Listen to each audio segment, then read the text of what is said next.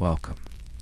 Tonight we will drift together into the distant world of the Viking Age, not into the thunder of battle, nor the spray of sea voyages, but into the quieter, slower rhythm of life itself.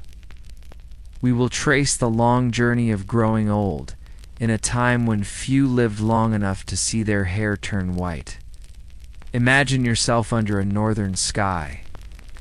The air is cool and sharp, heavy with the scent of salt from the fjord and smoke from turf fires. The village lies quiet at dusk, the faint creak of wooden beams, and the muffled sound of sheep in their pens carrying on the wind. This is where we begin walking step by step through the days of men and women who lived 1,000 years ago, and who faced the long passage of aging in a world of both hardship and resilience. Settle in, breathe deeply. Let the story carry you forward gently. We start with the foundation of it all. Daily life as the years gathered slowly upon their shoulders.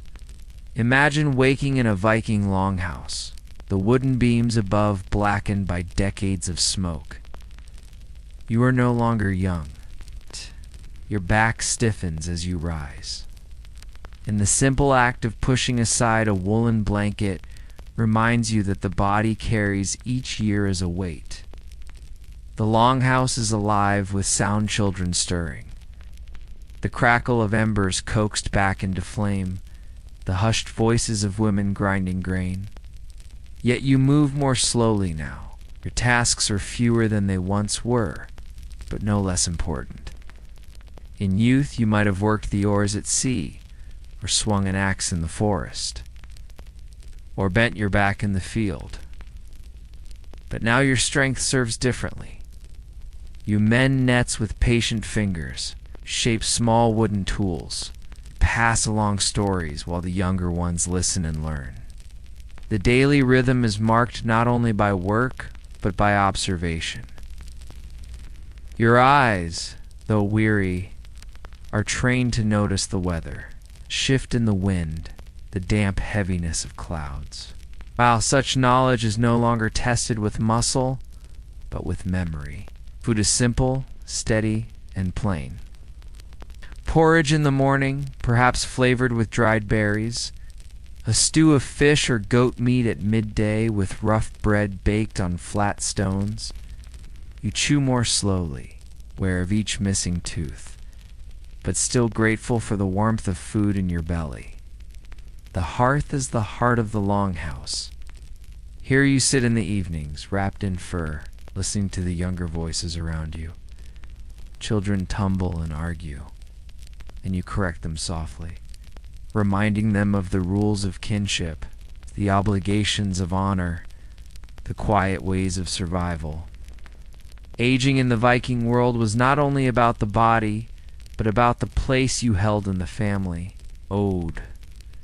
To grow old was to step into the role of memory keeper, counselor, and sometimes judge. You may no longer join the hunt, but your words guide those who do. The winters feel longer now, the nights colder, but you have seen enough seasons to know that they pass. You wrap yourself in layers of wool and fur, and endure the bite of wind that sneaks through the cracks of the house. You know the rhythm of hardship, and you know the rhythm of survival. This is the quiet dignity of age in the Viking world, the steady, measured life of one who has carried burdens, and now rests closer to the fire, watching, remembering, teaching, and as the years weigh upon you, you see your reflection not only in polished bronze or still water, but in the faces of your grandchildren, who carry forward both your blood and your wisdom. In every age, there are figures whose lives stand as examples. For the Viking world, so often remembered for its raiders and explorers, the image of the aged leader is less vivid, yet it existed.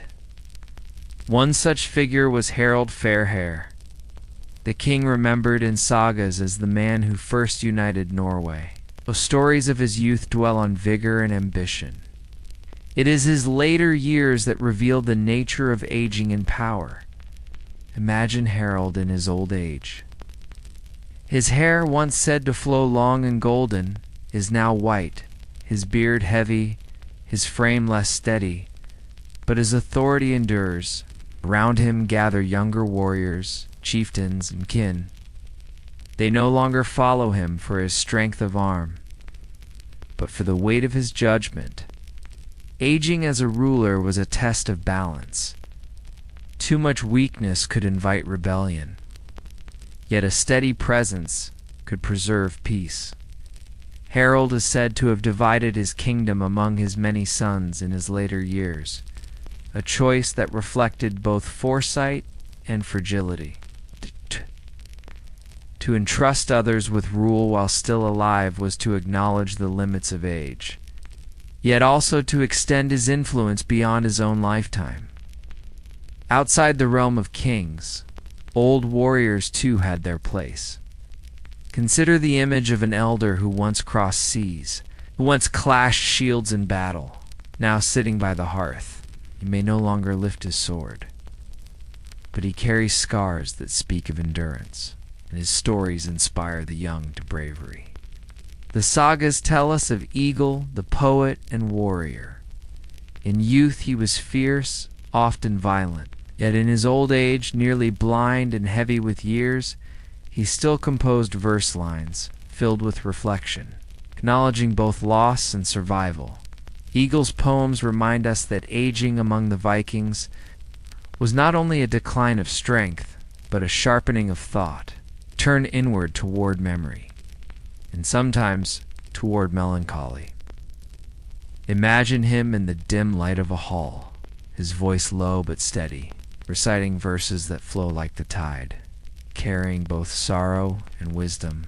Around him others sit quietly, hearing in his words not just poetry, but the echo of a long life lived fully. It's growing old in the Viking Age, whether king or farmer, was rarely a gentle path. Disease, injury, and the dangers of daily labor often cut lives short. Yet those who reached old age gained a rare status. Their presence alone was a symbol, a reminder that survival itself was a victory. And so we see, through Harold the King and Egil the poet, that the final chapters of a Viking life were not empty of meaning. They carried a different kind of power. A power built not from muscle or steel, from the weight of years. As the fire of youth dimmed, the flame of memory and wisdom grew brighter. This was the gift of longevity.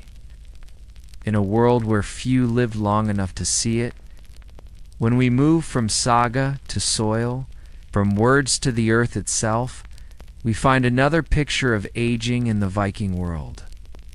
Archaeology gives us clues, quiet, patient fragments of how elders were regarded and how their lives were shaped in their final years. Consider the graves.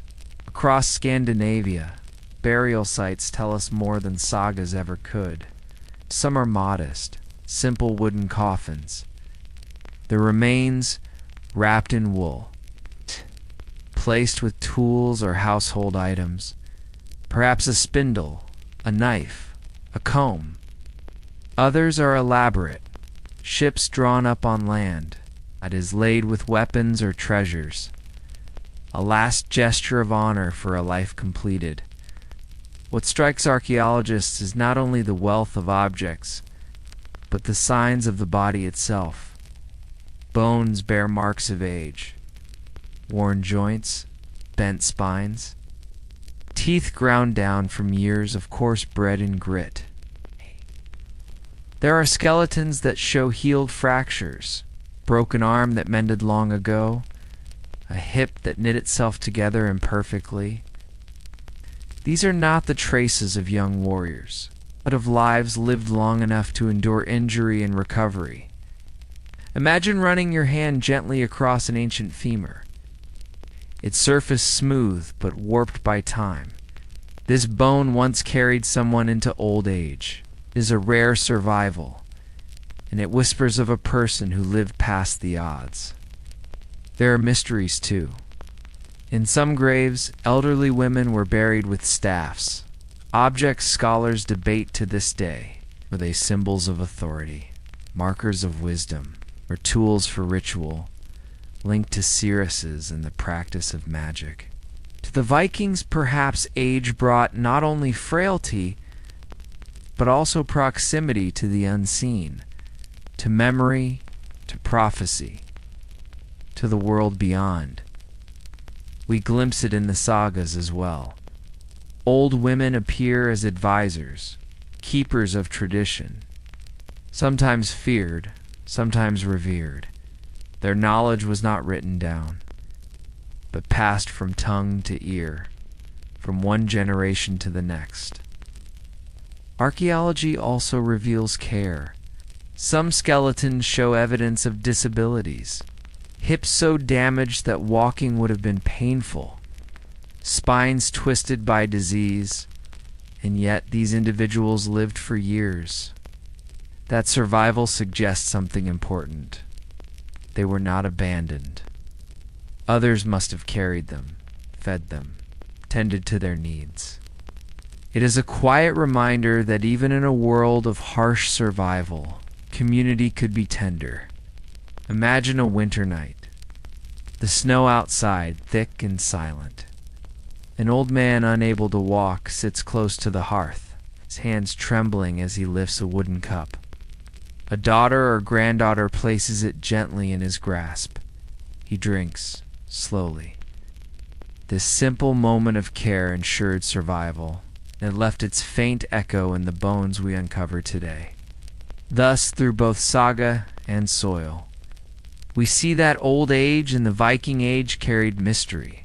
Was a time when the body weakened, yet memory deepened. A time when individuals could hold positions of quiet power, shaped not by muscle but by wisdom, and recognized in ritual, in story, even in the way their communities tended to them. The earth remembers, and in that memory, the elderly Vikings live on, not as forgotten shadows, but as vital parts of their society. To grow old in the Viking Age was not a uniform experience. It differed greatly depending on your place in society, your wealth, your family ties, and sometimes even your gender. For most, life was modest. The aging farmer lived close to the land. Even in old age, he rose each morning to tend small tasks, feeding animals, repairing tools, offering guidance to the younger hands who now bore the heaviest labor. His comfort came from kinship, sons and daughters who ensured his survival when strength was gone. But for the wealthy, old age could carry both privilege and burden. A chieftain or a wealthy landholder did not necessarily spend his later years in want. He might sit in the high seat of the longhouse, furs drawn close, listening as others spoke in his stead. Gifts still came to him, and honor was still paid. For his name and blood carried weight, yet wealth could not soften the creeping frailties of age. The stiffening of joints, the dimming of eyesight, came to king and farmer alike. For women, too, the experience varied. It's the elderly bondwoman, a slave who had spent her life in toil, may have faced age with little respite. Her survival depended not on kin, but on the mercy of masters. The sagas rarely tell her story, yet archaeology hints at her presence. Worn bones, rough graves, bodies bent by labor without the comforts of wealth. In contrast, the matriarch of a free household might grow old surrounded by descendants she supervised spinning and weaving. Her authority rooted not in physical strength, but in knowledge passed down the generations. Her words shaped how cloth was made, how food was stored, how kinship was honored. She may have sat with a staff by her side, a symbol, perhaps, her voice carried weight even in her final years. Among the elite, growing old could even carry political consequence. An elder statesman could serve as advisor, stabilizing force in uncertain times. Yet it was also a precarious position. Too much weakness might invite rivals to act. Too much clinging to power might create strife among heirs. The sagas are filled with stories of succession disputes, families torn apart as sons waited impatiently for fathers to relinquish authority. And so old age was both honored and vulnerable, carried dignity, but it also revealed fragility. An elder was respected for survival, but survival depended upon others. Kin, community, loyalty, in the broader tapestry of Viking society. Old age was not a single story, but many. The weary farmer wrapped in wool, the matriarch with her spindle and staff, the chieftain with fur at his shoulders, the thrall whose back bent under endless work.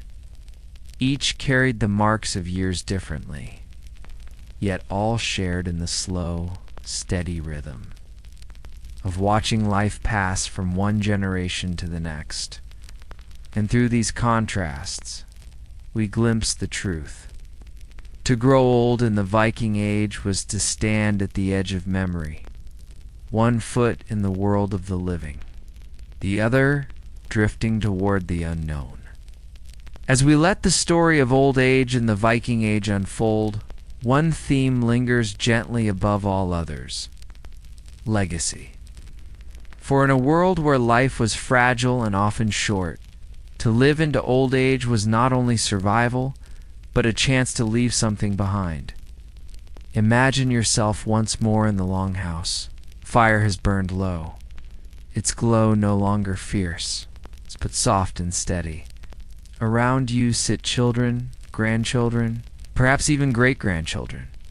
They listen as you speak, not of glory alone, but of small things. The day the crops failed and how you endured. The tricks of the sea that only experience can reveal. The names of ancestors now long gone. Legacy was not carved only in rune stones, though some families did raise them. Engraving words of remembrance into stone that still stands today, legacy was also carried in memory. In the rhythm of songs sung at winter feasts, in the stories told by firelight, the whispered advice that shaped decisions long after the elder was gone. Archaeologists find traces of this in small objects: a comb smoothed from years of use, a knife handle worn by careful hands, a spindle whirl passed from one woman to another. Ordinary things that became extraordinary because they endured, because they held the touch of generations. And in the sagas we hear echoes of how memory preserved the old. Deeds of ancestors became guiding lights. Their names invoked when choices were hard. To forget them was to lose more than individuals. It was to lose a part of the community's foundation. So aging in the Viking Age was not only about decline, it was about the slow weaving of a thread into the wider fabric. Each year added depth. Each story added meaning. The elder's body might falter, but their place within the flow of time grew stronger. You can almost feel it now. It's a quiet weight of continuity. The comfort of knowing that while one life may fade, its imprint lingers in those who remain. This perhaps was the true victory of old age in the Viking world. Not conquest, not wealth, but the passing on of memory, so that the chain of kinship and tradition would never be broken. And so we come to the end of our quiet journey through the Viking Age, seeing what it meant to grow old in a world both harsh and enduring. We have walked slowly through the daily lives of aging villagers, listened to the sagas of kings and poets, looked upon the silent bones that archaeology reveals, and traced the contrasts between rich and poor, free and enslaved. Finally, we lingered on the idea of legacy, the subtle way that memory, more than muscle, is the gift of those who live long enough to share it. As you reflect on these stories, consider how different the world is now. Today, warmth and comfort are close at hand. Food is not scarce, and age is no longer such a rare achievement. Yet still we carry the same desire, to be remembered, to pass on what we have learned, to rest in the knowledge that our lives matter beyond ourselves. The Vikings did not imagine themselves as eternal. They knew that life was fragile, that time was fleeting. But in the bonds of kinship, the stories told around the fire, and the small, enduring objects left behind, they found a kind of immortality.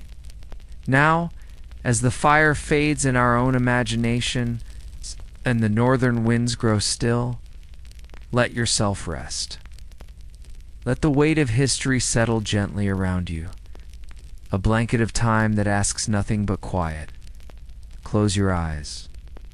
Breathe slowly. You are safe here, far from the struggles of the past.